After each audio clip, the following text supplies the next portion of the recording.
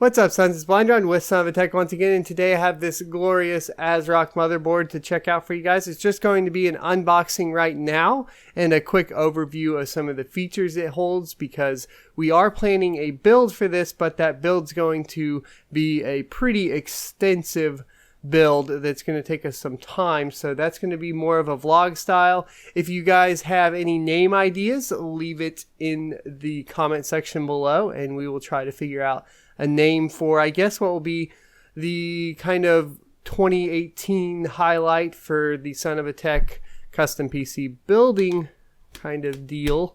So anyways, let's get into it. This is the X399 TAICHI from ASRock, and they have provided me with this motherboard for review, etc. So let's get into it.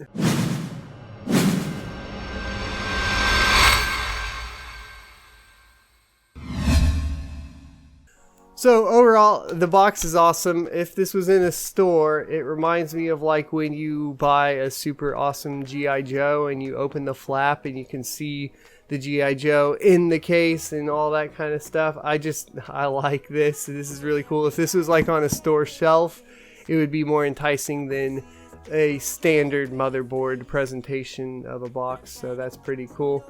Let's go over some of the features. It supports 4-way SLI, of course, and it does support Crossfire.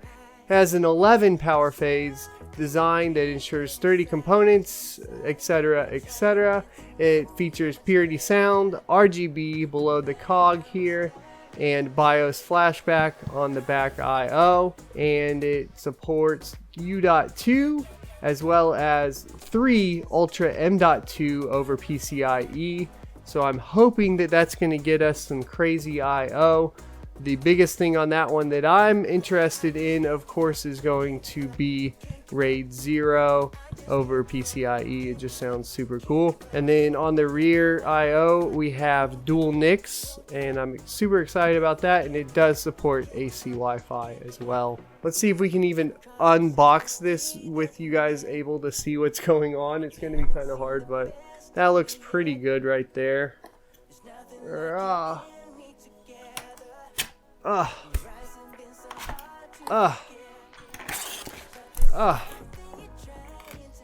I should stop making bad noises. That's what I should start doing.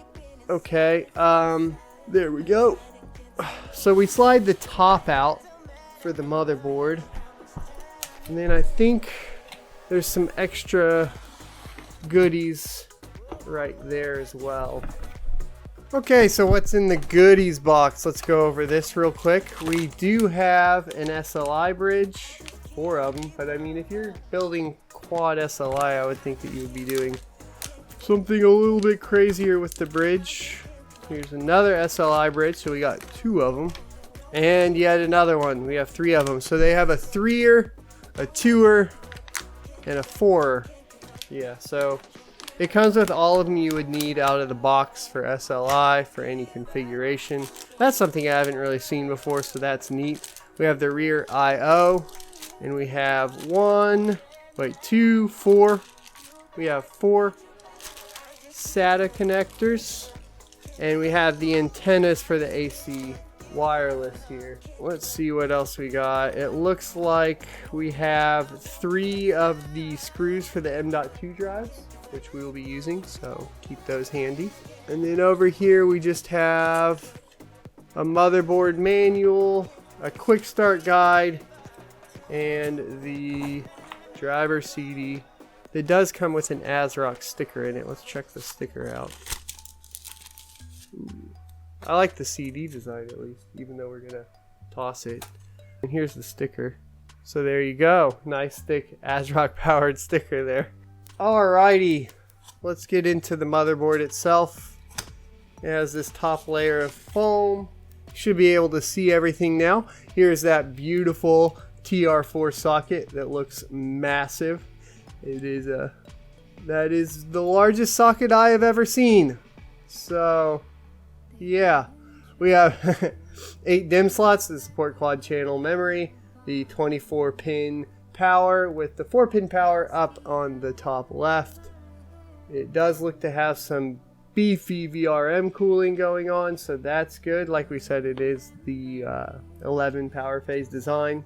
It's got, here's the 1, 2, where's the third one? 3. 1, 2, 3 Ultra M.2 slots. We see the U.2 slot up here. And let's see, we got the power and reset buttons down here on the bottom. They have a nice little kind of almost gold finish. I really like that. That's pretty neat. And then we have all the standard features as far as input output. So we got the USB 2, we got the USB 3, and the front I/O. So everything you would need there. Alrighty, then at the very top here we have the CPU extreme overclock switch, which has an on and off setting. We'll have to get into the BIOS and see exactly what that changes in there. I'm gonna have to get my clippers before we can really go to the rear I/O. Alrighty, so let's talk about the rear I/O. We have a PS2 connector with 2 USB 3.0 underneath it. The BIOS flashback is on the far left in case you need that. And then next to that we have the antenna outputs or inputs for the AC wireless Wi-Fi.